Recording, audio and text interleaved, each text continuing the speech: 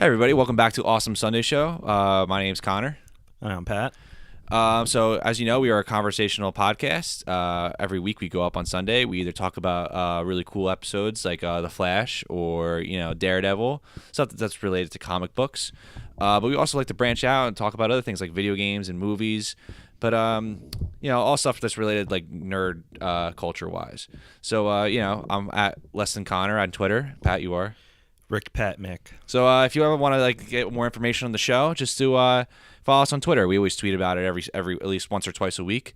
And also be sure to remember to like, share, comment, tell your friends, post on social media. Subscribe, download. We are on iTunes. Yeah. Because remember, no news is bad news. Bad news is good news. Good news is great news. That's how I look at it. But so talk good about us, please. So we're gonna go back doing our weekly Flash reviews. Pat, what was the name of this episode of The Flash? It was episode 4, and it was The Fury of Firestorm. How awesome was this episode? It was really, really great. I mean, the ending was the best part, but everything in between was still really good. Yeah. When I first heard the title of this episode, though, not gonna lie, I thought of Dragon Force, Fury of the Storm.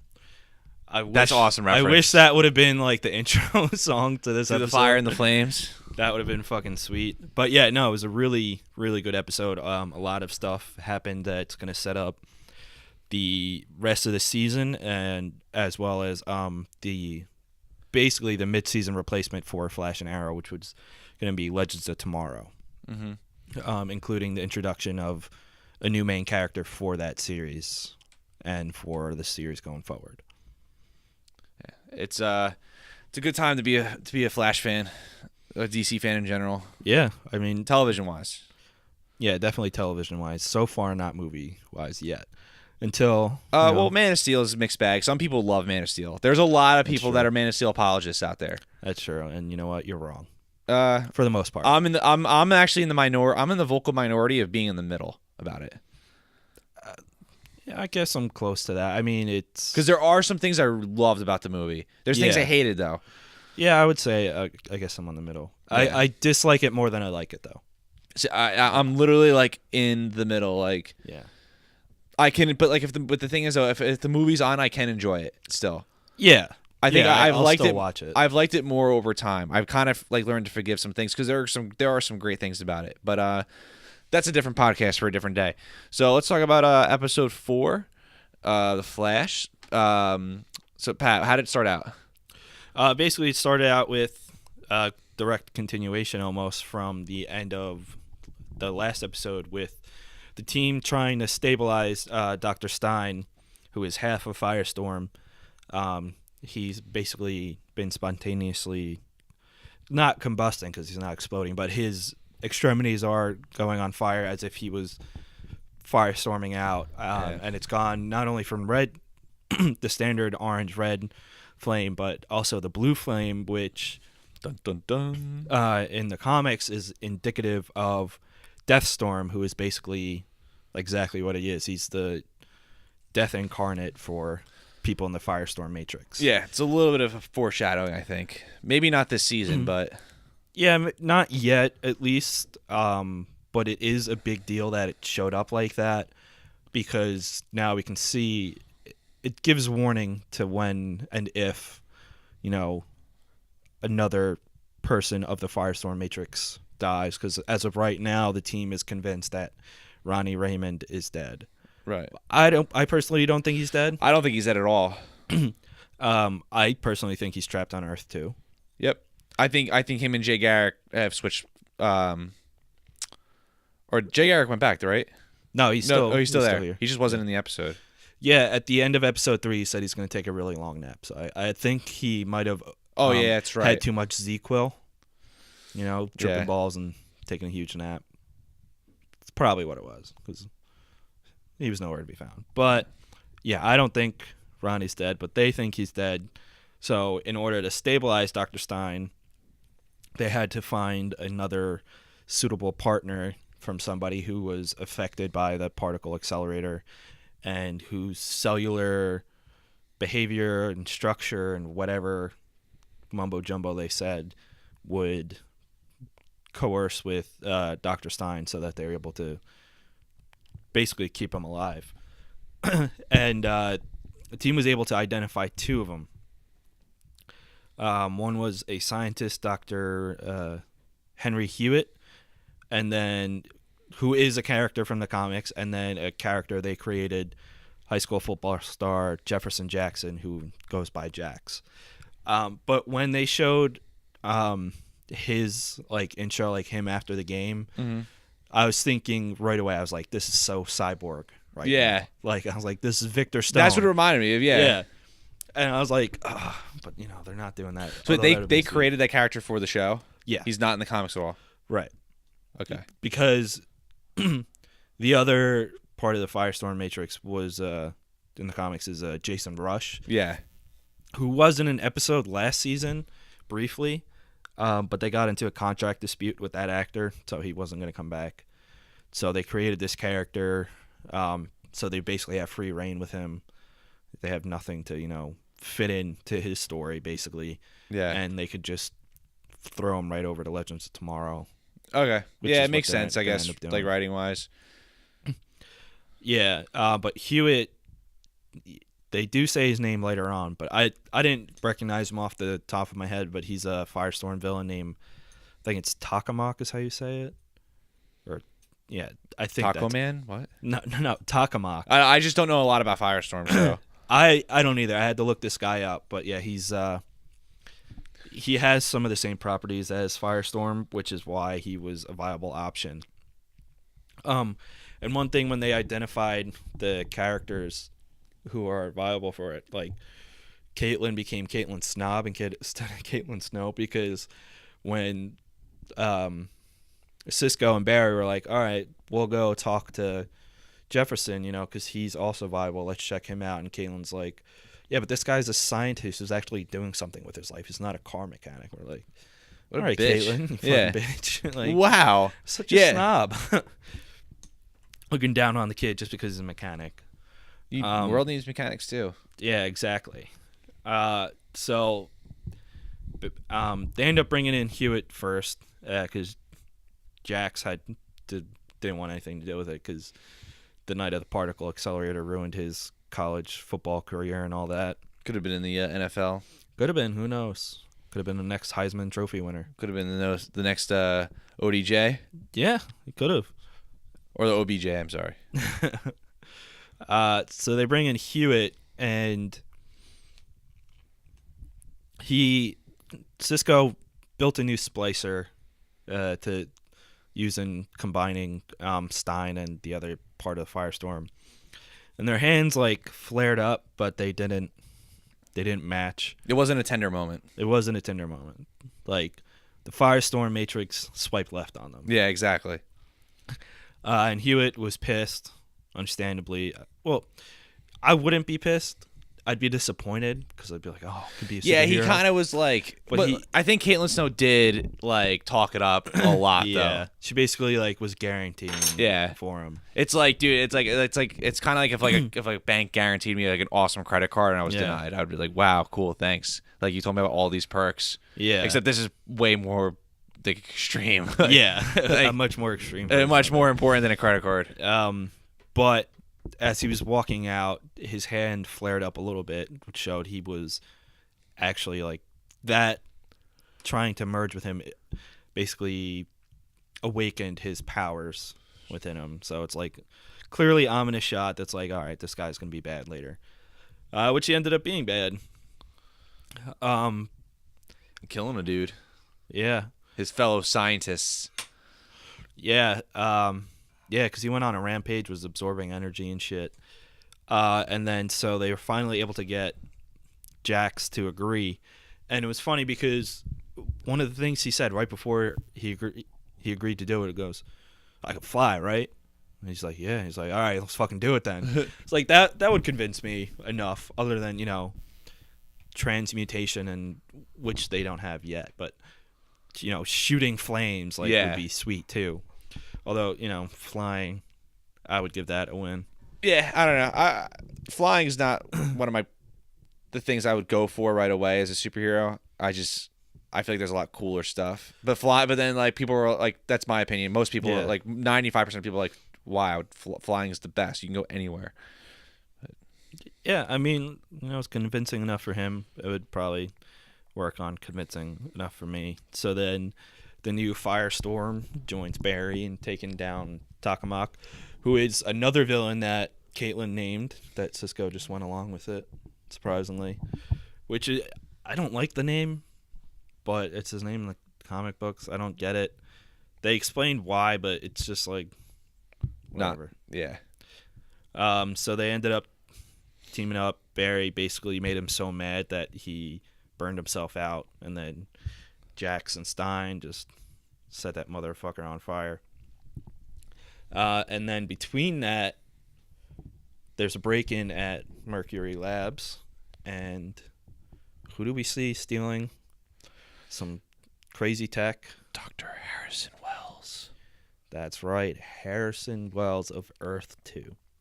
Don't see what he stole, but we don't see him right away until later, which was the best part of the episode and one of my favorite endings to any of the episodes. Yeah, it was awesome. They made. See Barry staring at. Oh, we forgot to mention this before, but Barry and Patty Spivot are awkwardly hitting on each other. They're like so awkwardly flirting with each other that they're kind of oblivious to it. Yeah, it's like, I don't know. It is super awkward, and I don't know. I don't know if I like it actually, because it's like they're like adults. Like, It's just they're both like such dorks. dorks. That's Yeah, exactly they're just what it huge is. like dorks. Like, Yeah, I don't know. It is. It's funny.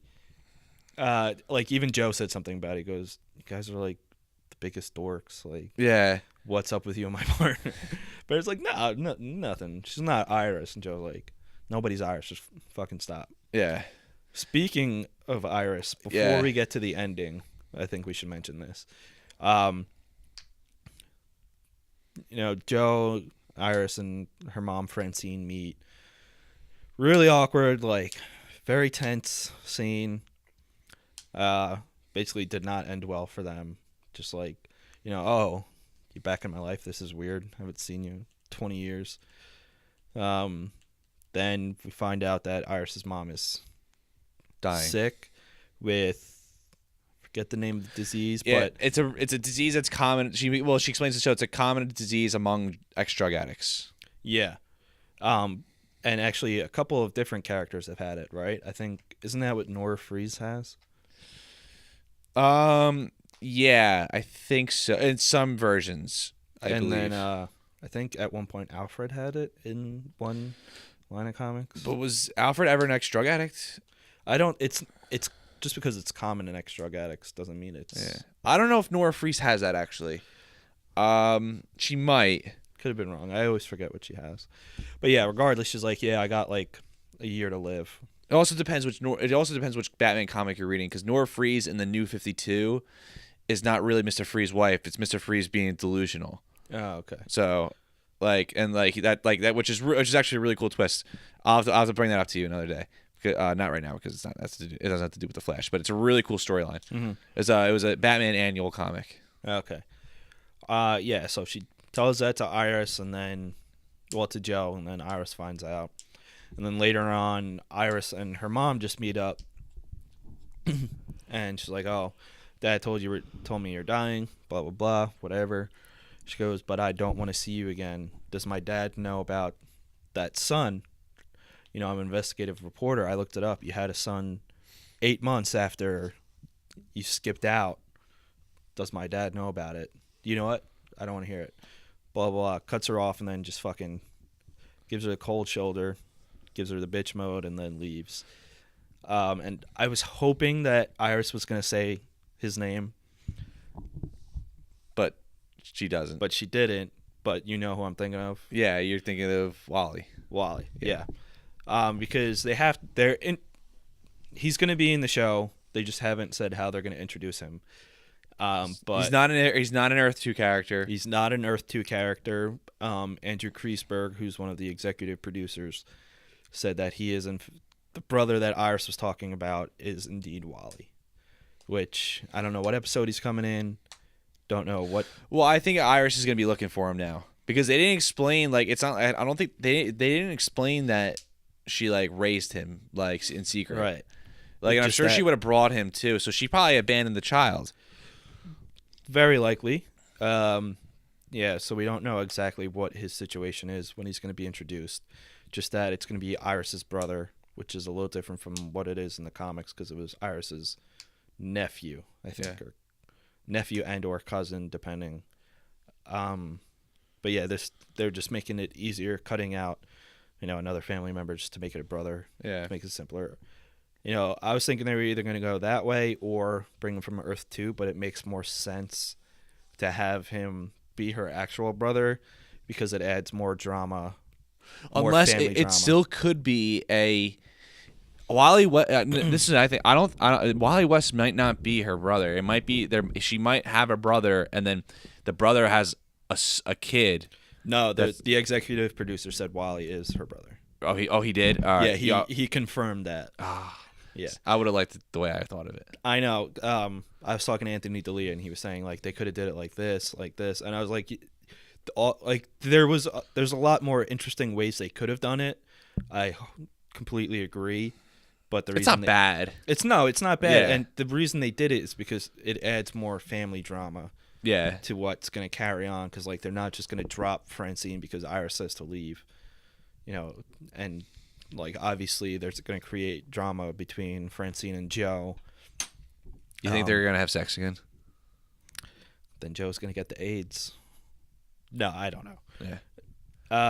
If I were Joe, I would be like, I haven't gotten that in a while. Yeah. I don't know. But, yeah, so it adds more family drama, and, it's the CW. They capitalize on drama. Yeah, but that, you know what it is, though? The CW drama is, kind of not the Flash. Some of it's kind of I don't know, just not my cup of tea. Yeah, a little cheesy. The drama in the Flash. I don't know. Maybe it's just because I love the show. Yeah. But I'm sure if my mom watched it, she'd be like, "This is cheesy." Yeah. My mom probably say the same thing. Yet she watches soap operas and shit. So, yeah. But so they edit it for that. They could have made him from Earth 2. They could have made it Iris's brother, son or whatever, who came from the future.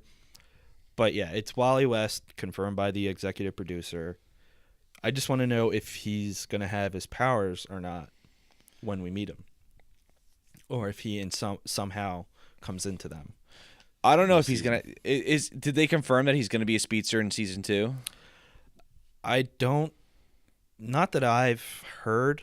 I don't think he's going to be a speedster, at least from what I see. I mean, the producers could have said something different, but I try not to follow everything the producers say because I like still being surprised. Yeah, so if they have, I haven't looked it up. Yeah, I don't know if they have, but I wouldn't want him to be a speedster in season 2. I would want that to be a season 3 event because Jay Garrick is already the speedster. Without powers. But he's going to get his powers. He's going to get him back. There's no way they're going to have a season with 2 speedsters and not have at least an episode or 2. Well, they're also, don't forget, they're having Jesse Quick come on, too. Another speedster who may or may not have her powers. Don't know. They have to... Jay Garrick has to have the Speed Force. Yeah, I mean, he definitely should. I can't imagine them doing a whole season without him getting his powers back. Yeah, I mean, that would get me really mad. That'll probably happen in the mid-season finale or right after it. Yeah. He has to because he's going to need to. Yeah. They're going to need another speedster to fight Zoom with Barry. They might even need 3 or 4 depending on what sort of capacity Jesse Quick and Wally West come on it. Yeah, because Zoom is like twice as powerful as Jay Garrick or something like that. He's much faster. He's much faster. He almost killed Jay Garrick. Yeah. He's probably more powerful than Airbud Wells was, or Airbud Wells, Dawn was, the Reverse Flash from season 1. I'm gonna guess he's more powerful. And also Patty Spivot in the comics went by Hot Pursuit. She had super speed through a motorcycle called the Cosmic Motorcycle. So I wonder if something like that's going to happen. Although I don't think I would want her to. I'd rather her just stay detective. Oh, when fucking Jax was in Star Labs and he sees the treadmill, he goes, "What kind of treadmill is that?" And then Cisco said, "Cosmic." Yeah. Dude, I got so happy when he said that. I smiled. Yeah, I was like, "Oh shit!" He said it. Cosmic treadmill. Yeah. Of course, they're not using it for time travel purposes yet, but not yet. They will be though. They will be. They should. All right, now let's get to the end of the episode because of how good it was. I forget the shark's name, the man shark. King Shark. King Shark. See, the whole episode they were teasing it like man shark and like the shark teeth and stuff, and then when Barry analyzed the one that Patty gave him, it had human DNA. I was like, oh fuck, they're probably not gonna show it. They're not gonna show it. Then at the end, we see Patty in the coffee shop, see Barry in his flash suit just looking in, smiling at her, and then boom, a fucking giant shark and grabs him by the neck, and it was King fucking Shark, and he looked awesome. Yeah, he looked really cool. Like he looked fucking great, and it was such a great moment.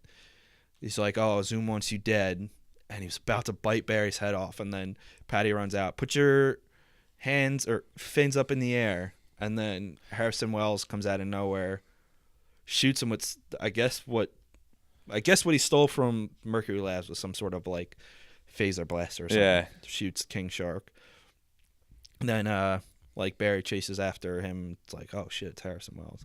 But when they showed King Shark, dude, I got so fucking excited. Yeah. Like I lost. It was my cool. shit. It was better looking than I expected. Yeah. Well, first of all, I did not expect them to see it, but they did a great job. Yeah. Again, it's one of those things like we've talked about this before. It's like for the budget they have, like they're able to make it look really good. Yeah, and the producer Andrew Kreisberg and I think Greg Berlanti said it too. It's the most expensive 30 seconds they filmed because of like how much like it costs to get those special effects done. Yeah. Which if that was the most expensive 30 seconds, I can't imagine how much that costs compared to doing Grodd for like 15 minutes worth of an episode. I feel like Grodd might be a little easier to like because it's not a giant shark. It's a giant gorilla. Yeah, true. But regardless, I was really stoked to see King Shark. And he was from Earth too. I wish he was in the Suicide Squad. Personally, I would take him over Killer Croc. No, I like Killer Croc. I don't know. That's just me though. Yeah. I mean, they should just throw in Killer Shark anyway. They just throw in a lot of villains. Suicide Squad too. Yeah. They'll probably make a second one. But they're hyping it up, man. Empire Magazine. Yeah, that's whatever. I still don't like the look of the Joker, especially the way he looked on the cover. It was just like, was he fucking modeling now? Like, oh, he could walk. He looked down like the a runway. pimp, dude. Yeah, he did. Yeah, he's turned some tricks. Yeah. Keep it his pimp hand strong. But yeah, that's basically the end of the episode. Yeah, I thought that was the best episode of the season so far. Oh, definitely. It was fantastic, especially that ending. And the previews for the next episode look really, really good and are going to be hugely intense because now that Barry has met Harrison Wells of Earth 2, like he's going to introduce them to the rest of the Star Labs team, and they're going to be like, what the fuck is going on? Yeah, it's going to be really weird. Yeah. The commercial tagline for it is funny. It's just, Harry's back. It's just, I don't know. I thought it was funny, but I'm very much looking forward to it. as you all should be. Yeah, as Tuesday can't come soon enough. I know, it sucks. It's like, oh, I can't wait, and then it's an hour, and you're just like, that's it. Like, it's one bad thing about it not being like a Netflix all released at once, but at the same time, I like it. It's something to look forward to. Yeah. I feel like I like how there's a balance now between shows I can binge and shows I can like watch. You know, I'm binge watching Parks and Rec. I'm finally getting on that train, and like I'm glad I'm binge watching it. But like, because there's so many shows that I'm like, all right, like now I can wait for this. You know. Yeah. Yeah, I mean, it would be having everything bingeable at once is like a lot, and then Depends on the series. Depending on the series, and then you gotta like wait longer, basically. Yeah. Like for between like Netflix shows, like you gotta wait a little longer. But whatever, it works. Still get to watch and enjoy it. So we're gonna take a little break. Yeah, we'll be right back.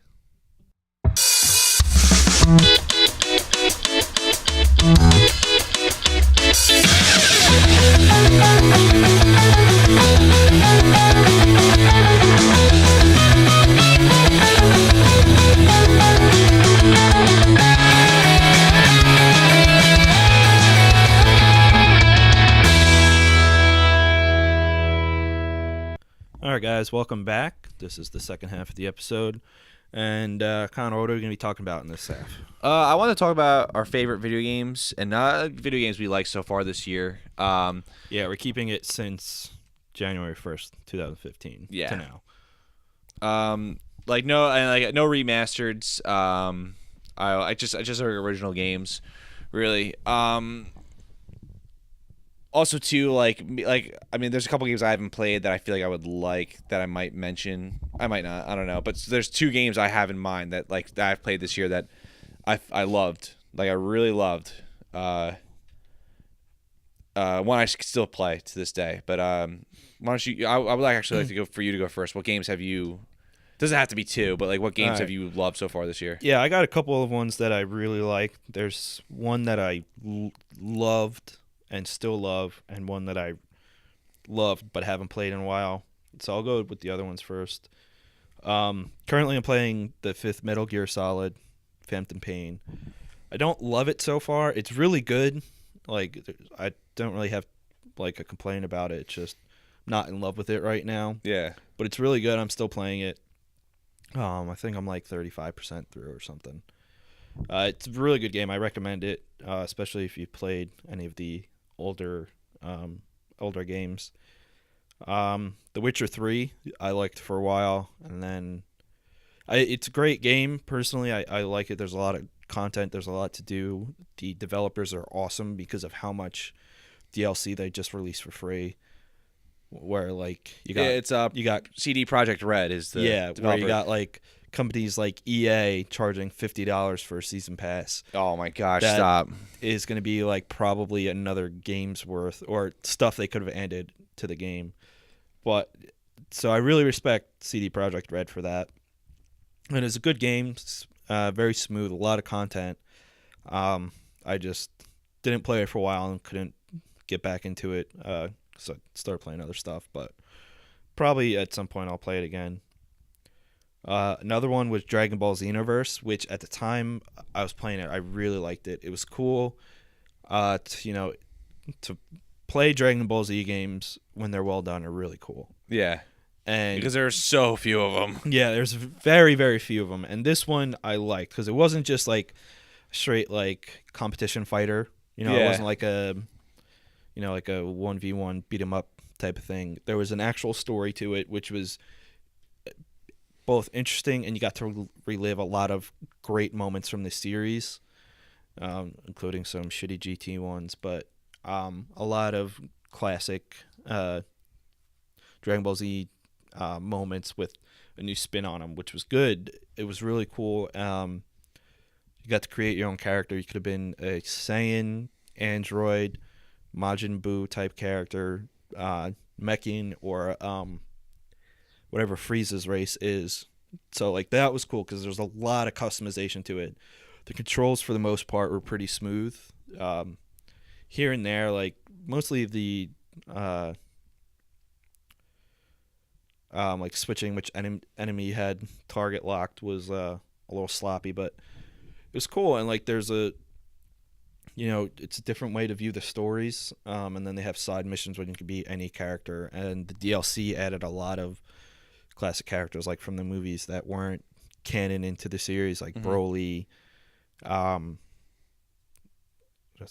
King Slug and stuff like that. So it was cool. Lord Slug. Yeah. So it was really cool. I liked the customization to it. I liked reliving some of those moments, and to have a good Dragon Ball Z game was sweet. Because it was the first one in a long time. Yeah, it was like there hasn't been a Dragon Ball Z game I loved. I mean, I haven't played Xenoverse, but there hasn't been a Dragon Ball Z game I loved and religiously played since Budokai 3. Yeah, that was probably the last good one, I think. Yeah. But yeah, Xenoverse, if you're a Dragon Ball Z fan, definitely check it out. Another one I played that, I mean, it didn't get the best. It was pretty well received. It wasn't, got like a lot of B's and A's and stuff like that. Was Dying Light. This was by the team that made Dead Island, and it was what Dead Island could have been, and more. Like sure there were some parts that fell apart, like parts of the story that were just like whatever, and some of the side missions got redundant, but it was still a fun game. And when they first announced it and like, oh, there's parkour to it, it seemed kind of lame, but it actually is really useful and really fun in the game. Yeah. And like there's certain things like you could just drop kick zombies off cliffs.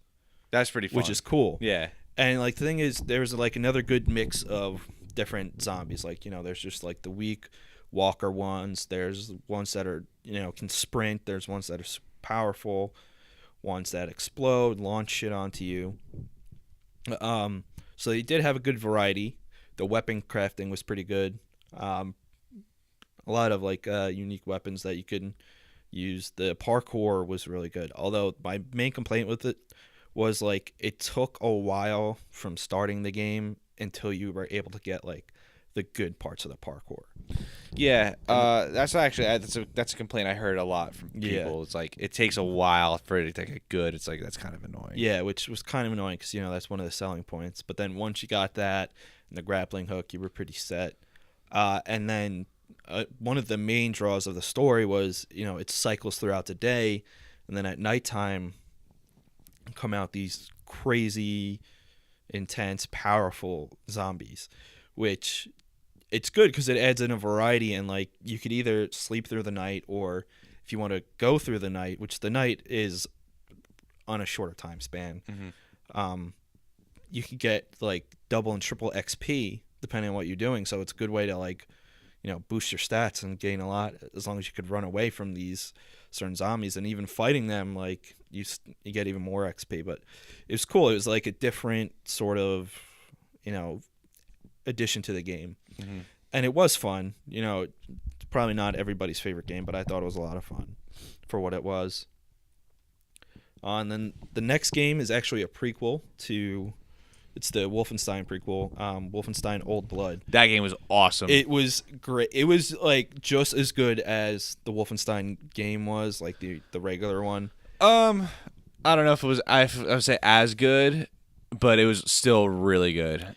I mean, for 15 hours worth of content. Oh yeah, no, it was a good price too. It was like $20, $30. It might have been 20. It was Yeah, $20. it was Yeah, $20 for 15 hours worth of content. yeah, that's great value right there. Yeah, it was another solid story. Tony Hawk's Pro Skater 5 is still $60. Yeah, they're like a terribly broken game, but yeah, the Old Blood was sweet. And if you liked Wolfenstein, the remastered version that was out for PS4, or whether you played it for PS3 or 360, definitely get this. It's digital only. But No, it's retail now. Oh, it is retail. Yeah, I saw it now? at Best Buy. Oh, okay. Yeah, it was initially It digital was only. yeah. Which That's- I wish I can get it on retail. Like I don't know. I just like having like discs sometimes. Yeah. But whatever, but yeah, definitely check it out. It was real fun.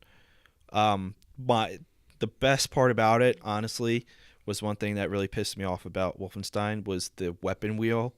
was a lot easier to switch Yeah. between this time. Like they really like They fixed that. it. I wish there was multiplayer for that game because I platinumed Yeah. the New Order. I didn't platinum the Old Blood. I want to platinum it though. And I was like, wow, I got so good at this game. Like, I feel like I would be really good online. Yeah. Yeah, you know what? I'm just glad that they focused on the story. Yeah. The game is a lot of fun. I really, really liked it. It's an awesome game. Yeah, man. Wolfenstein is one of those games that kind of came out of nowhere. Like, people didn't expect it to be that good, and it ended up being really good. Yeah, it's awesome. It's a lot of fun. Definitely check it out. Especially for like now, it's probably like $10 or $15. If you get it digitally, it might be a little more. If you get like the disc version, retail or whatever, but definitely check it out. Especially if you like the other Wolfenstein. If you haven't played the other Wolfenstein, fucking play that too. Yeah. That game's fucking sweet. It's so much fun. It is an awesome first-person shooter. Yeah, it's just it's. I know it's a 2014 game, but we'll talk about it a little bit. It's literally it's like it kind of like goes back to like how first-person shooters were for like old like PlayStation 1 and like and Nintendo 64, like kind of linear but like ridiculously fun. Yeah. And very, and it rewards you greatly for like searching every like corner to see if you can find definitely. secrets.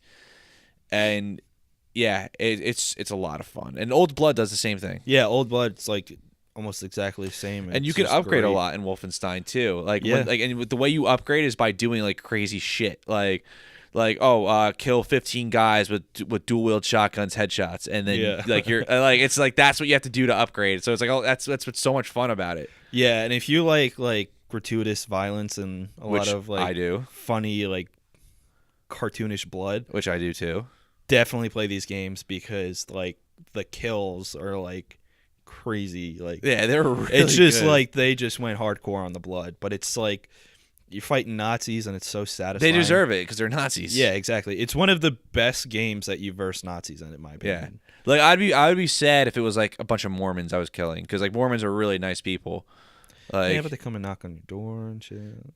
they don't deserve to get shot. True. They just deserve Broadway. Like if I plays was making throwing, fun of them. I would like to make a game where I'm throwing Rice Krispie treats at Mormons. That's not bad. Like that's my dream game. But you know, since that's not a game, you can play Wolfenstein and throw these crazy huge knives at Nazis. I got really good at the knife throwing. Yeah, I to the did point where, too like, because I that's didn't how you even- had to upgrade. Yeah, I wouldn't even have to like waste ammo. But yeah, definitely fucking check it out. And this other game I actually really love. It's so much fun. If you haven't played it, play it. It's called Rocket League. That game is great. It's so much fun. Basically what it is, it's like soccer with mini souped up. It's a massive soccer ball. Yeah. And you're these like little RC souped up like race cars. And the object of the game is just to play soccer like that. That And it's game like- has the hugest following too. It has a massive following, and it's so much fun. Like Yeah. there's really nothing else to say about it. Like I played at Radomski's a lot. yeah, Like, it's it's a cool idea, but just you can't have a bad time playing it. yeah. Even if you suck, you still have a fun time. It's And so I fun. suck at that game, and I'm good at video games. Yeah. Like I suck at that game. And you know what? There's a lot of customization to it too, and there's a lot of upgrading it. And the developers are awesome because it was initially like there was a beta, and at a certain point in the beta their servers fill up, but they just kept like inviting people, and then if you played the beta and then got the full like the regular version, like you got a bonus in terms of like some upgrades and stuff. And like they released for Back to the Future Day, they released a couple Back to the Future themed cars that you could play as the DeLorean and stuff. That's And it had some dope. effects like that, and it's awesome. And like they put in a lot of free themes and stuff, but you got to help them out. They have like $2 DLCs to Yeah, bump games up. But like you that. you get more than one car for it. You get like 3 or 4 or something like that. But like the developers, like they've been on Reddit a lot. They did an AMA. They seem like awesome people, and they made such a fun game. And like there's really no issues with it. Here and there, when it first became like the full length like official release, there was some online connection issues like when setting up a match. But other than that, like But it wasn't like detrimental to like the no, experience. not at all, because you like, can still play offline, and like the servers worked fine. It just took a little longer. It's also that's an independent developer too, right? Yeah, they're real small. Yeah, it's not like like for stuff like that. Like I'm not forgiving when it really comes to like games coming out and they're broken. But like Yeah, it's especially not like with independent developers, independent developers have a really good track record of their games coming out and being fine. Yeah. But a game like Rocket League, I can kind of forgive because they don't have the resources like EA I think has. it's like under 10 people. Really. I think so. It's really, really indie, like real small. But Yeah. the quality of the game is awesome. Oh, it's yeah. And you know what? Like for an indie game, like There's no excuse why Battlefield 4 for months still had problems. or any major Ubisoft game. Really. Yeah. Well, you know what? DICE has a history of being shitty developers, putting in a whole lot of great ideas into the game, but just making them broken as shit. I feel like Battlefront's gonna. I don't know. I hope not. See, with the Battlefront beta, I was like expecting it to be a giant piece of shit. It was the best beta I've ever played, Yeah. and it was even surprising because it was DICE, and there was like nothing wrong with it. Yeah, that's crazy. I mean, and also too, a lot of people were expecting Halo 5 to be broken because 343 when they released the Master Chief Collection, you couldn't even find a match online for hours. They would just kick you out. It was awful. Like it took months to finally fix, and like people were like, "Dude, Halo 5 is gonna like be trash online," and it ended up being okay. Like it was like literally, I remember reading the review on IGN. They're like, "We only got kicked out of maybe like a couple matches. Like besides that, it was perfectly fine." Yeah, and you know what? Bungie's a fucking huge developer. You know, it was 343. Oh, 343. Yeah, because Bungie now does Destiny. Right. You know, well, still, you know, they have a huge property. They have the resources for that. But, like, there's no excuse for if you're a developer that big, like EA, Ubisoft, or DICE, to constantly ship out broken games. Yeah, and like it's not like every once in a while I understand because video games are super hard to develop. Yeah. Like, I would never say it's an easy job. I would never say you're an idiot. Like, but like they literally this year and last year was awful as far as game bugs and stuff like that. Yeah, and you know what? It was like unexcusable.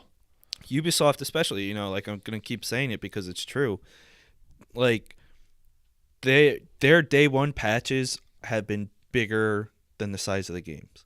Mm-hmm. Like Assassin's Creed Unity, especially, was like the worst game they've ever released in terms of quality because not only did the any patch, like they could have patched it a million times, it was still unplayable a lot.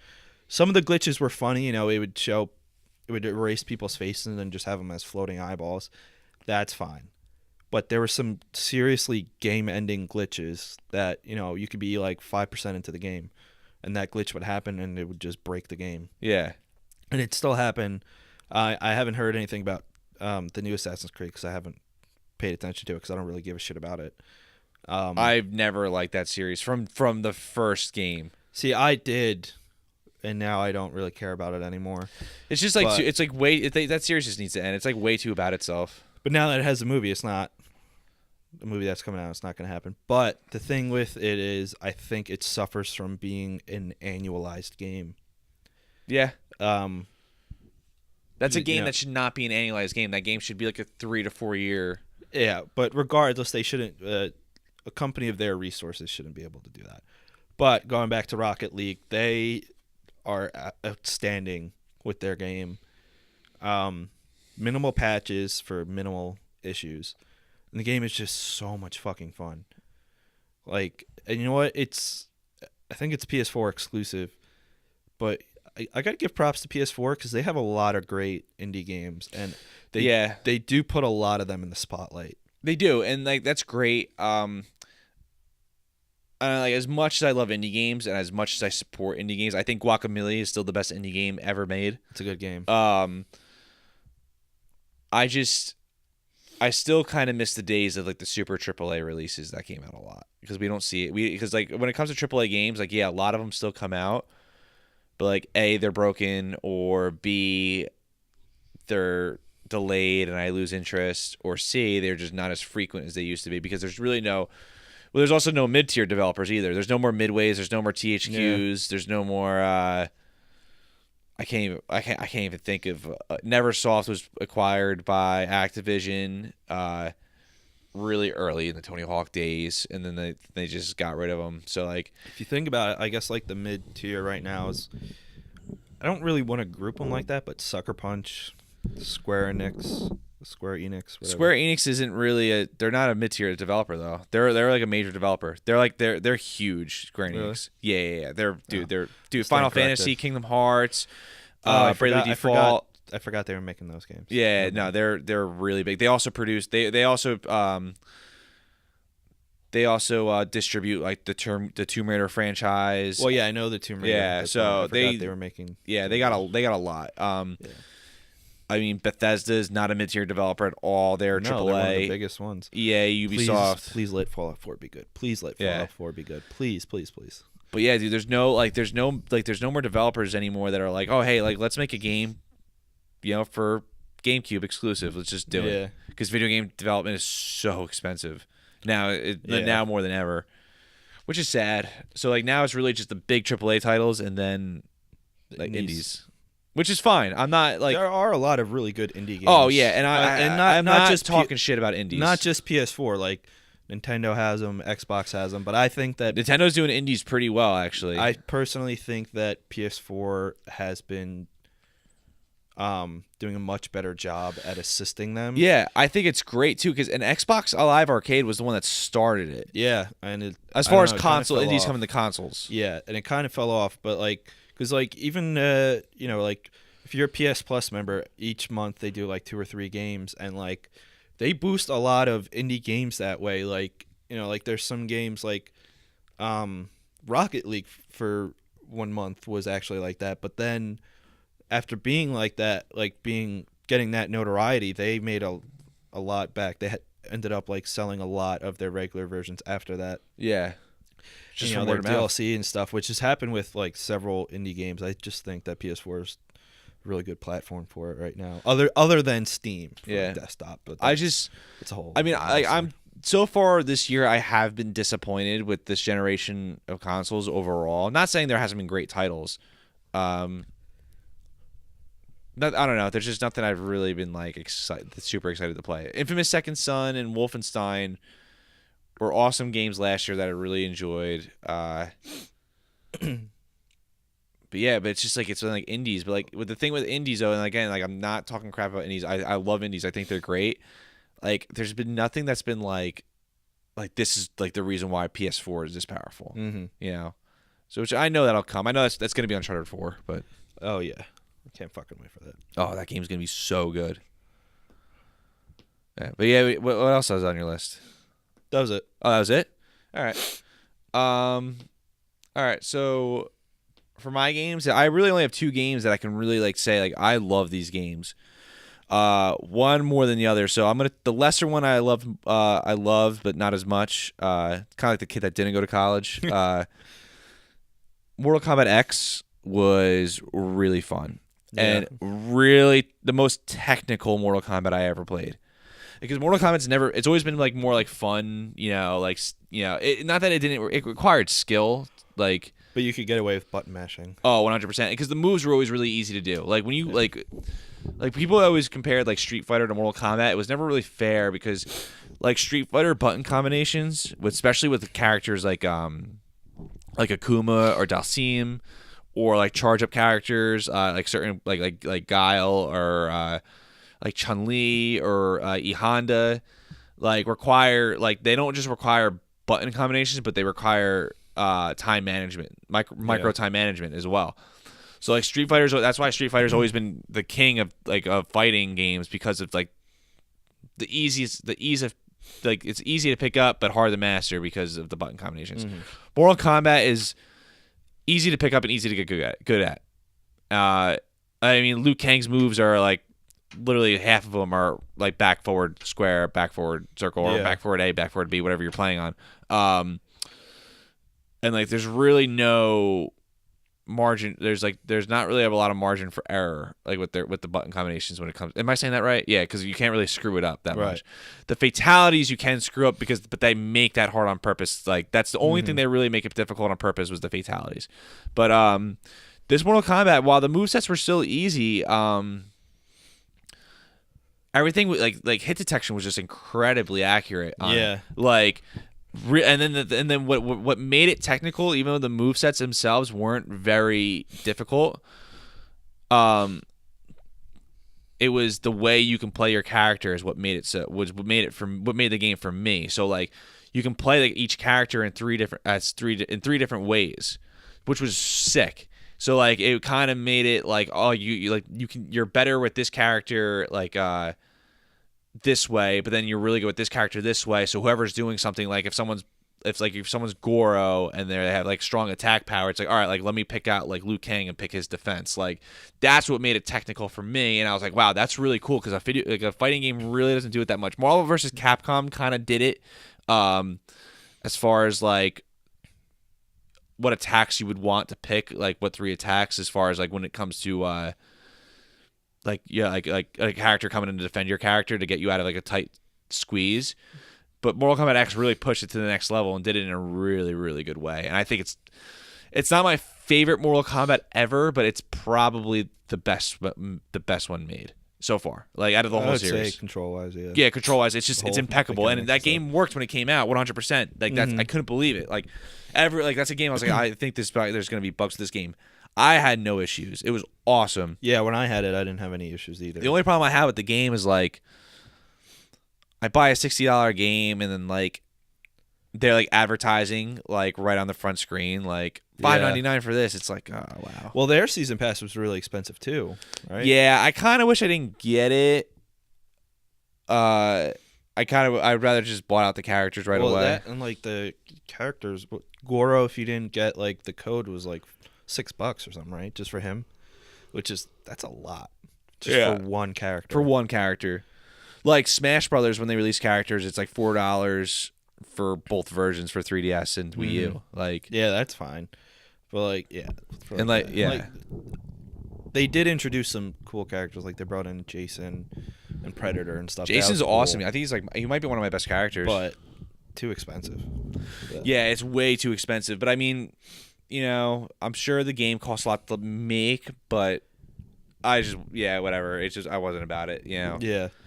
I'm very, very rarely do I ever get a season pass, and like I haven't gotten a season pass since Mortal Kombat, and I think that the season pass I got before Mortal Kombat was like when season passes first came out for like Call of Duty. Yeah, I think that recently, let's see, I bought Dragon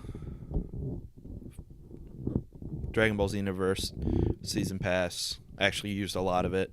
Like I used all of it. It was actually added to the game. You know, new stories, new characters, which the individual prices for them weren't bad. They were like $7 or $9 depending on like how much was in it. I bought Shadow of Mordor DLC. Oh, I might have just bought that. I regrettably bought the Arkham Knight season pass. Let's not talk about that game. But like I pre-ordered Fallout the other day and I got the bundle that comes with the season pass because, you know, Bethesda has a history of releasing 3 or 4 big pieces of DLC, you know, that add like new chapters to the game that are, you know, roughly 8 hours worth per DLC plus like items and stuff. And I've always liked the Fallout DLCs. Because they're like games. Like they're games. They're like the length of Wolfenstein: The Old Blood. Yeah. Plus, like, so in terms of story, plus they throw in like a lot of new items. They usually add in higher levels, new areas and stuff. So to me, Bethesda's DLC like season passes are worth it. Yeah. I just I'm glad that this generation 2, especially with Fallout 4, because I remember like I never really got into Fallout 3 that much. I played it, liked it, but never really like was like I'm gonna like I never got addicted to it. My dad like 100% of that game, like I did crazy. Too. And I remember like we had to wait, like he wanted to play the DLC and like he had to wait till next year for the Game of the Year edition to come out to play the DLC, like for PlayStation 3. Well, I mean, they did release each of the DLCs, but it... No, they didn't. The Xbox versions came out first, like a year before they did. Okay. All right, yeah, I had them on Xbox. That's Yeah, why I that's didn't- why. Yeah. that's why I didn't think. PlayStation got screwed. Yeah. But they're not gonna do that. I hate when developers do that timed exclusive like DLC. Well, like, that's fuck yourself, dude. Well, yeah, that does suck. Call of Duty does that too. They're doing it with PlayStation. Yeah, they're doing it the opposite way. Yeah, it's just like, dude, like you're playing favorites so hard, and I get it. Like you're trying to you're a developer and you want to make money, but at the same time, like, don't punish people for picking a platform that they are attached to. Square Enix, like, for the new Tomb Raider game that's coming out. First of all, the last one they released was fucking great, but the new one, which is like highly anticipated because it looks just as great, if not better.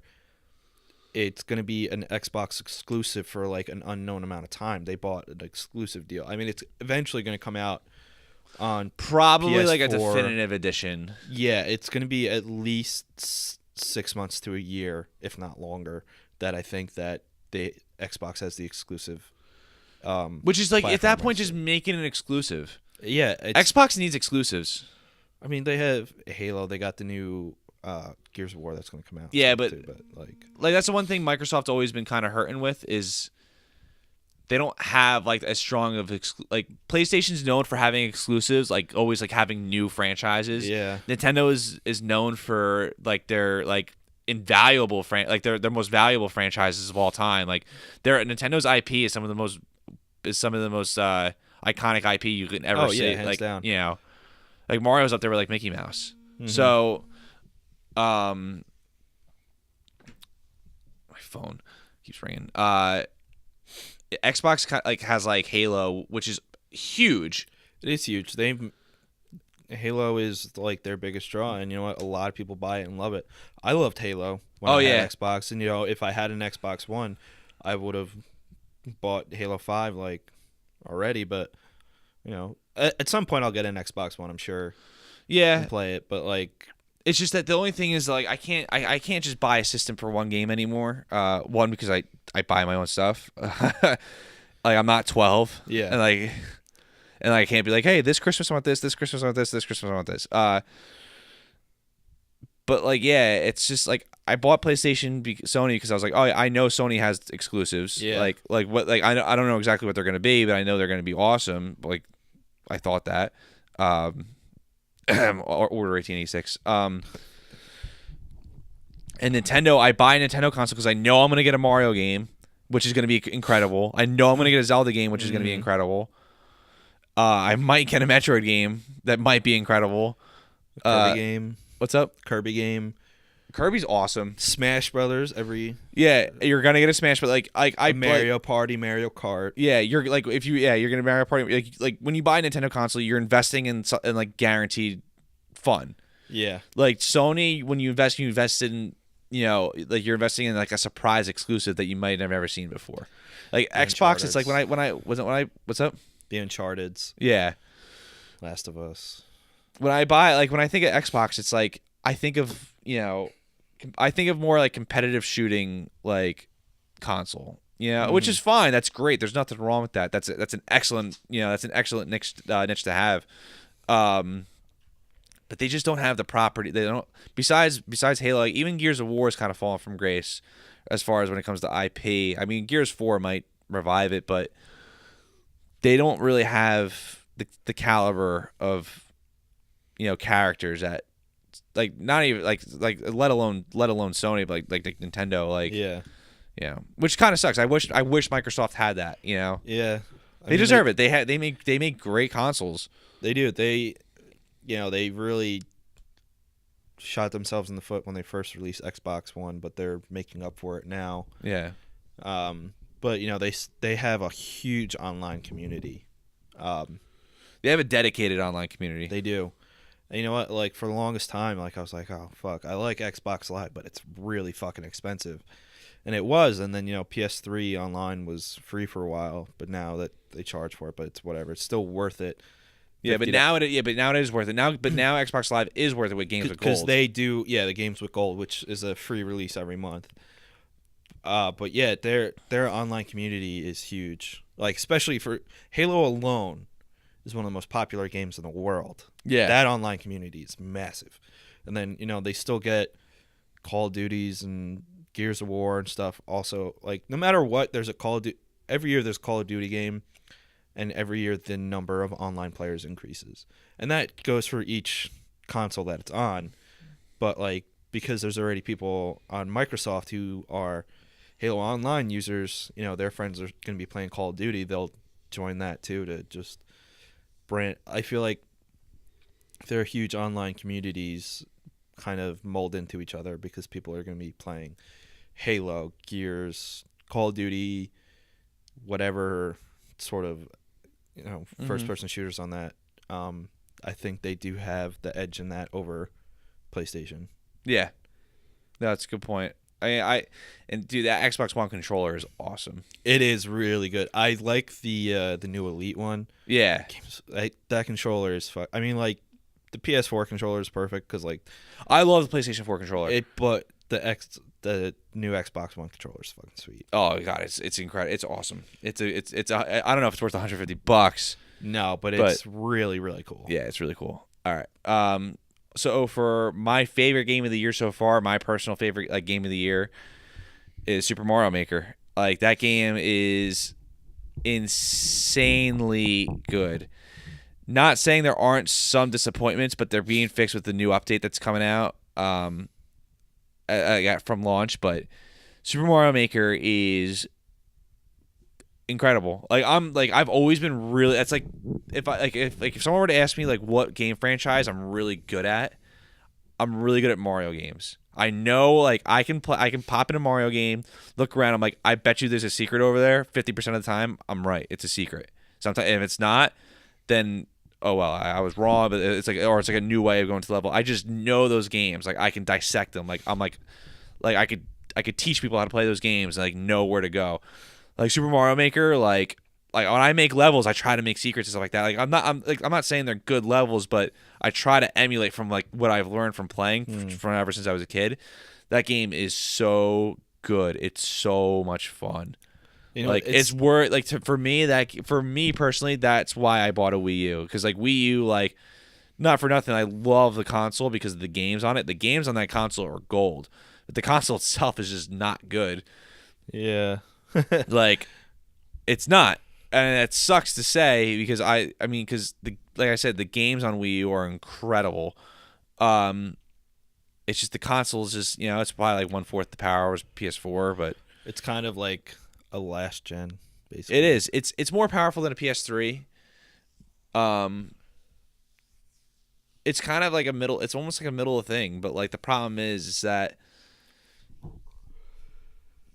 Nintendo pretty much developed all their games for Wii U, so like, and they weren't used to developing HD consoles, so like it's like they didn't really get like an EA or like Ubisoft or whatever like to like really push the power of the system like from what they've already learned from last gen. So like while games like Mario Kart 8 look better than games from last gen, I think Wii U might have been capable for more, but like Nintendo is now that Nintendo has had experience developing with HD, whatever NX is, I think it's gonna probably they're gonna be like ready. Mm-hmm. Hopefully NX is awesome. But yeah, Super Mario Maker is like that game was just so good, like so it's such good. A great idea. Yeah.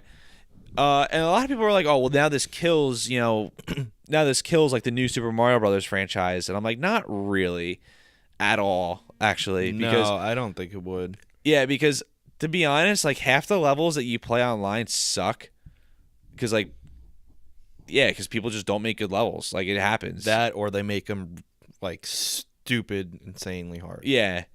Like I try to make mine hard, but not unbeatable. Like that's what I try. I want like a when I build a level, I try to make it frustrating. Like I want a happy frustration from somebody. Like I want someone to be like, wow, but then like when they complete the level, they feel like accomplished. Mm-hmm. That's my goal. But when I make a level, sometimes people like making easy, fun levels, which is just as good. So really cool online community. My favorite part about it is you can't upload a level unless you can beat it. Mm-hmm. So like you would a good idea because then there'd just be unbeatable levels. Yeah, it would just be a flood of shitty levels. But all my levels are online.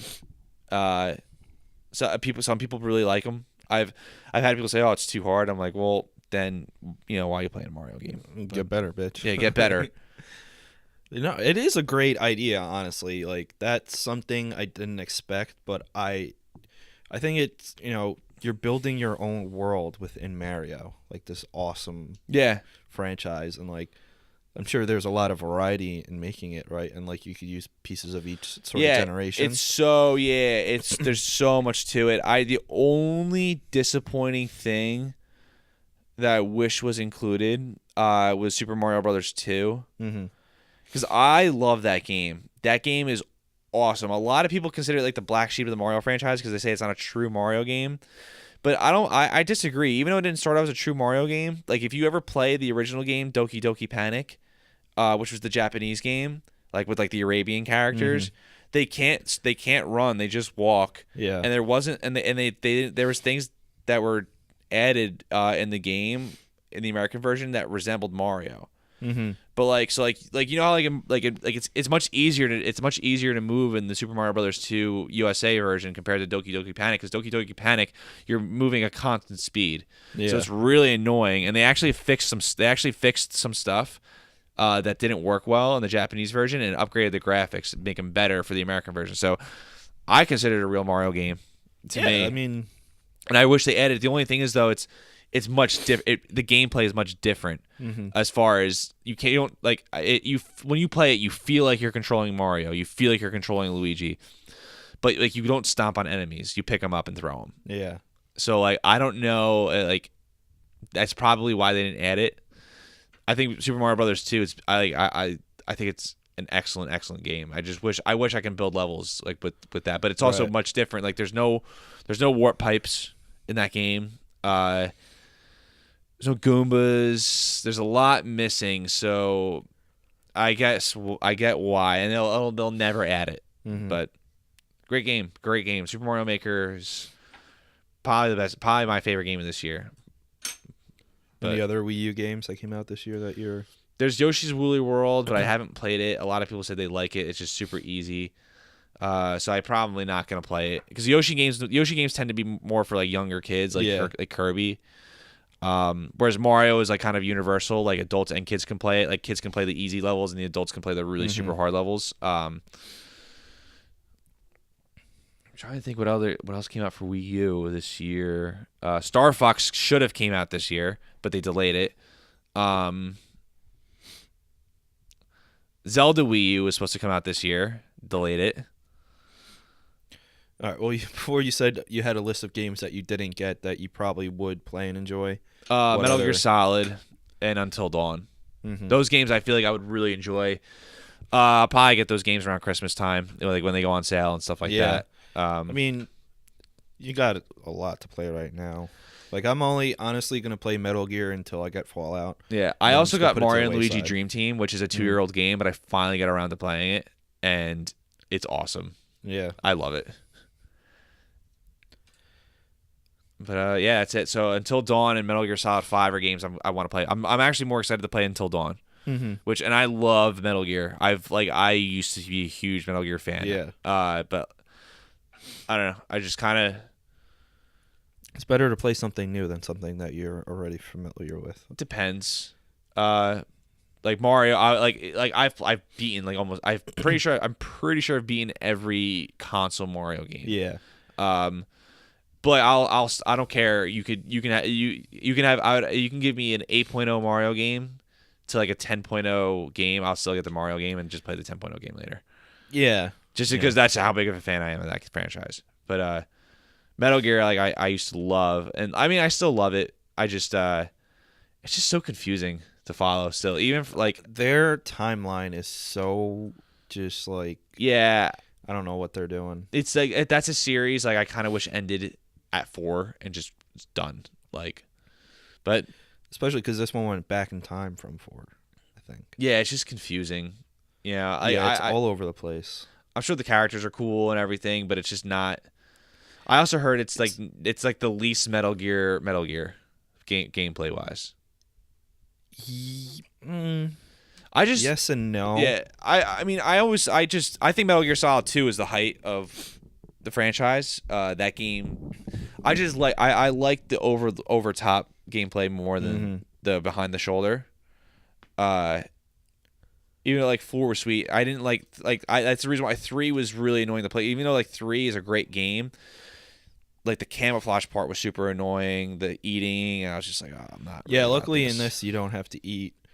There are basically like a combination of each one so far, and like one of the overarching things with this is you establish your own base. And you build that up, and you basically capture enemies.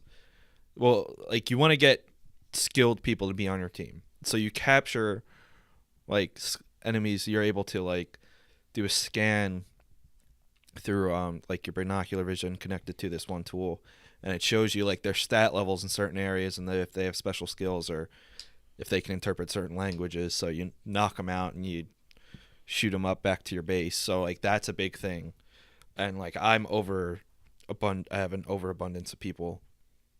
But you build up this platform, then you start out, I guess, another smaller base. There's a lot of things to build, especially weapon wise. And one thing I do like is there's a mix of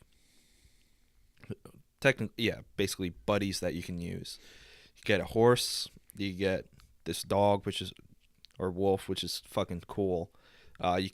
You build him this little suit that has a knife in it, and you look at an enemy and you say, kill him, goes up, whips out a knife, stabs the dude in the neck, and then comes running back to you, which is actually pretty cool. Then there's Quiet, who's a really controversial figure because of her. She's super over sexualized. Yes, and you know what? Kojima, like, there's a reason for it, but it's stupid, and like it kind of spoils part of this story, so I'm not gonna say it. Yeah. But like he's like, oh yeah, it makes sense because it's like this, and I'm like, not really. Like you really could have not done that at all, but whatever. She's like your sniper. Like, did you see sniper. the model that did the mocap for her though? Yeah. Oh my gosh, I would drop on my knees and marry her in a second. Well, yeah, if you've seen the character in game, they were very, very accurate. Yeah. To that girl. So yeah, she's super over sexualized, and there's a part where like you get you have certain trust levels with your companion, and like the more you build yours up with her, like you have an aerial command center like in this helicopter. If you're just sitting there, like she'll look over at you, then she'll like lower her cleavage near you, and she'll get up and like put her ass in your face and stuff once you reach it like a certain level. Oh my gosh. And you're just like, what the fuck is going on? But yeah. And then there's this walker sort of machine that's like kind of like a smaller condensed Metal Gear type of machine, which is pretty cool. And like when they said it was going to be open world, it's not as open world as you think. It's not like a giant sandbox. The open not world, like Witcher 3. Right. No, it's open world in that there's a couple of main areas, and then after you complete the main missions in it, there's side ops. And you could just go through whichever side ops you want along the map, and then you can go from side op to side op when you just drop into one. Okay. Like that's really what the open world is, which like a lot of people were like didn't see the point in it for Metal Gear, and I get it. But there's still a linear story that you don't really need to do the side ops, but you get a lot of money if you complete side ops, and then you can train your army, deploy them to get more materials and shit like that. It's not a bad game at all. There's a lot of classic Metal Gear elements to it. I haven't beaten it in like 30-something%, but I heard the ending's kind of disappointing. It's hard to have a good video game ending though, because video games are so long and there's so much to them. That's like, yeah, and I've done like 25 missions, and that's like standard missions, like main story missions, and I'm only like 30% done with the game, which is a lot. Beat it and let me borrow it. You can borrow it once I get Fallout. Okay. But yeah, like the graphics are awesome. Voice acting's great. Troy Baker plays Ocelot in it. And Kiefer Sutherland. Kiefer Sutherland is Snake. Which, Which I forget the original guy's name, but he got screwed. He got screwed bad, but you know what? Kiefer Sutherland's not bad at Snake. He's a great actor though. It fits. His voice fits him well. Yeah. Like I think it really captures him. The graphics are great. The new villains in it are sketchy but really cool, and I do like it a lot. I don't love it right now. That may change, but I still think it's definitely worth playing if you're a Metal Gear fan. I'll definitely play it. As far as like other exclusives that have come out this year, yeah, like you said, PlayStation's exclusives kind of haven't been great, other than like The Last of Us, which was a remastered version, and then like Infamous Second Son. The Order 1886 was a terrible game. Bloodborne was pretty good. Oh, I forgot about Bloodborne. I don't know if I would ever really get it though. It's if you like Dark Souls, that's a game for you. Never played Dark Souls. Yeah. So I never did either, so I went into Bloodborne like, oh, this looks I great. heard Bloodborne's an easy Dark Souls. It's an easy Dark Souls, but it's still a fucking ass hard game because Dark Souls are the hardest games I've ever, Yeah. Everybody says that they're the hardest games. So if you could beat Dark Souls, you can beat Bloodborne, but I never beat any of the Dark Souls. I never got far in them for the ones that I did play for a very short time. So Bloodborne was hard as hell. I didn't even finish the game because I got so frustrated with it. But it's a cool ass game. The design of it is awesome. It's really well received. So as far as exclusives go, that one was a plus, but still out of a couple. But that's until Uncharted 4 comes out, which has been delayed like 2 or 3 times. But Naughty Dog is the developer, so it's gonna be good. Yeah, Naughty Dog, and when it comes to just strictly game development, I think Naughty Dog and Nintendo are like the best developers in the world. Yeah, and you know what? Since they decided to get like more serious and more like cinematic about it, their games, like when they released Uncharted, that was like a new era for them. Like they made Crash Bandicoot and stuff, which I wish they would make a new one. But oh my gosh, if Naughty Dog went back and made a new Crash Bandicoot, that's it, done. It'd be amazing. Sony exclusives are back because dude, Sony Sony was like Nintendo back then. Like they had Crash Bandicoot, Spyro the Dragon, Sly Cooper was like that was a more PlayStation 2 era, but like God of War is also PlayStation 2 and 3, but yeah, like they had it, but they never stuck with it. That's the one thing I always was always disappointed about with Sony is like they never like caught on to like keeping their IP, but they never were about that though. Yeah. So, but that's what some people like. Some people I don't like playing. I like new experiences. Like I want new exclusive experiences, and that's Sony. And they hey, God bless you. Yeah. That's awesome. If that's how you feel. I just wish because especially when I look back at those old franchises, I'm like, imagine if they like evolved those like Nintendo did with theirs. Like, yeah. That'd be sweet. Because the reason why those old Nintendo games they still survive today, or like those franchises still survive today, is because Nintendo, when they start developing a game, they make a game and they apply it. They're like, oh, this would work for this. Like the only time they ever really develop a game for that series is Mario and Zelda. Mm-hmm. And Smash Brothers now, but when Super Smash Brothers was first developed, it was like generic fighting characters. Yeah, and they were like, oh, let's just add all of our people, and they did, and it worked out great. So Pikmin was originally a Mario game. Mm-hmm. But yeah, that's just it. I mean, I feel like we've kind of rambled on a little lot. Mm-hmm. We've talked about way more than video games that we like this year. But there was a lot of connection to it. Yeah, there was. All right. So, is there anything else you'd like to add, Pat? Video game I know I'm gonna I know I'm gonna love it is Fallout 4 because Bethesda is really good with continuing their Fallouts and their Elder Scrolls. Like Fallout 3, I loved the shit out of that game. Fallout New Vegas was not as good, but it was still a good game. Still a lot of fun, still a great environment, and like Bethesda's also really good with like Oblivion and Skyrim, which is fucking awesome. So I have really a lot of faith in them for this. Battlefront, after playing, I originally was like hesitant about it, but after playing the beta, I was really impressed. So I will get it, but I won't play it for a while. I feel like because Yeah. because of how much Fallout 4 has it. I feel like Fallout 4 is gonna. I wouldn't. If I was a game developer, I'm like, we can't release a game around that time. Yeah.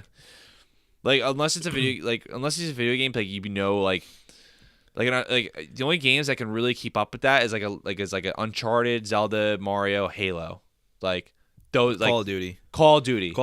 The new Call of Duty comes out 4 days beforehand, but Call of Duty is like a guaranteed like every year. They release a new one every year. But Yeah, it's a guaranteed like $100 million in like no time.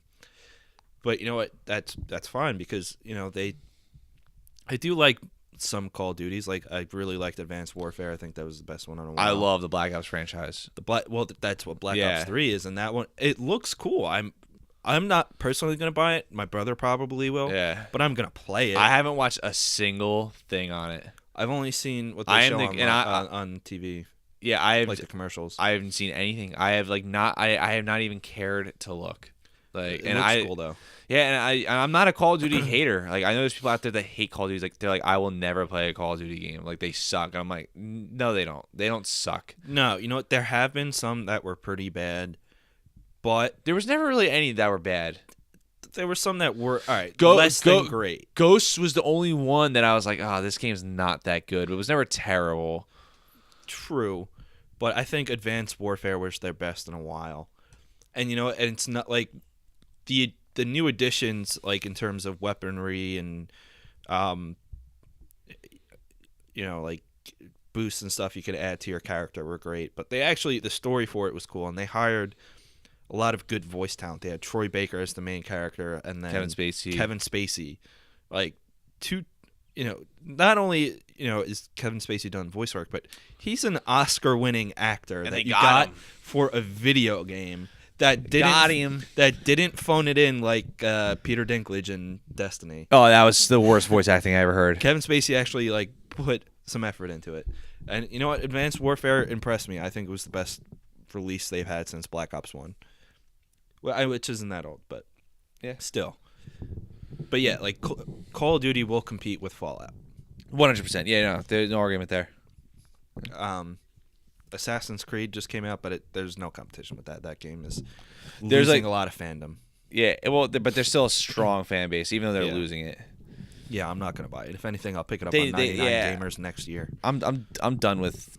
I don't know. I can't stand analyzation that much. Call of Duty does. I don't mind that much because they do, Because there's the reason Call of Duty works annually is because they bounce it between 3 developers, and each developer has 2 or 3 years to work on it. now 3 though, because it's 3 developers. That's what I said. Yeah. Yeah. So because it originally was 2, and each one would have 2 years to work on it, which is fine because that actually gives them time. It's not like the Assassin's Creed or the Maddens. Like there's like one team and they get it literally like a year to work on it. Although Maddens for the most part turn out fine. Like sports games, you really can't go wrong developing because they're pretty simple.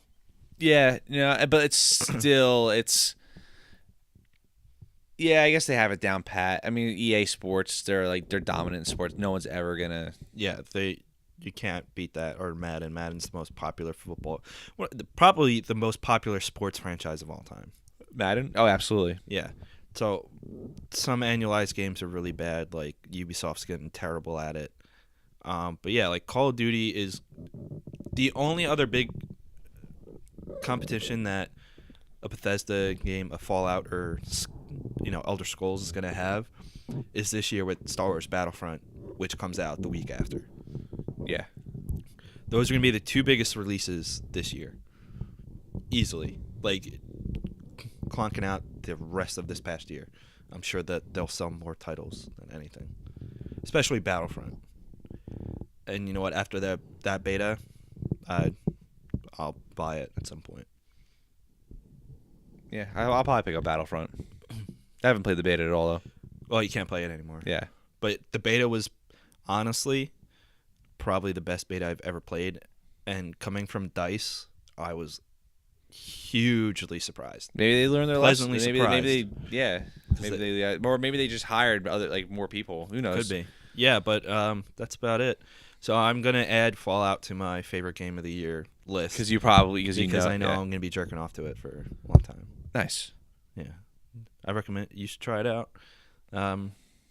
Anybody should get it. You know, I know McAllister is probably as psyched as me. He bought a PS4 just for Fallout. I mean, not that it's an exclusive, but he bought the PS4. I thought he had an Xbox One. I think his brother does, but he bought his own system just for Fallout, so he could just have it. That's pretty dope. But he went with PS4 and got The Last of Us as well, so worked out. Yeah. Yeah, Did you like that game? Yeah, he did. Initially, he was like, a little weird. About it. I was like, no, dude. Like, me and Delia were just like, dude, come on, trust us. Yeah, stop. And then we were talking about it, Buffalo Wild Wings. He goes, dude, that was fucked up. I was like, yeah, but it's fucking great. It's great. It was awesome. Yeah. All right. So that wraps it up, I think. Yep. So yeah, another award-winning episode by us, right, Pat? Oh, definitely. Yeah, I have a wall of awards. Yeah, remember to like we said before, like, share, rate, comment, subscribe, download. We're on iTunes, Podbean. I keep saying that. We're on iTunes, Podbean, YouTube, obviously. But yeah, give us a shout out to your friends. Just remember to follow us on Twitter. At Less Than Connor. Rick, Pat, Mick. Yep, and just follow us for some updates on the show, and give us a retweet, especially when we talk about Awesome Sunday Show. You guys have an awesome day. Yeah. Oh, Jessica. Well, now it's just Jessica Jones, but Jessica Jones is coming out November 20th or 21st. I forget. We'll finish up Daredevil before then and talk about possible connections. Yep. We'll probably just have an episode dedicated just to finishing out Daredevil. Yeah, don't worry. We didn't forget. We'll get to that. Yeah. All right, guys. Thanks for listening. Have an awesome Sunday.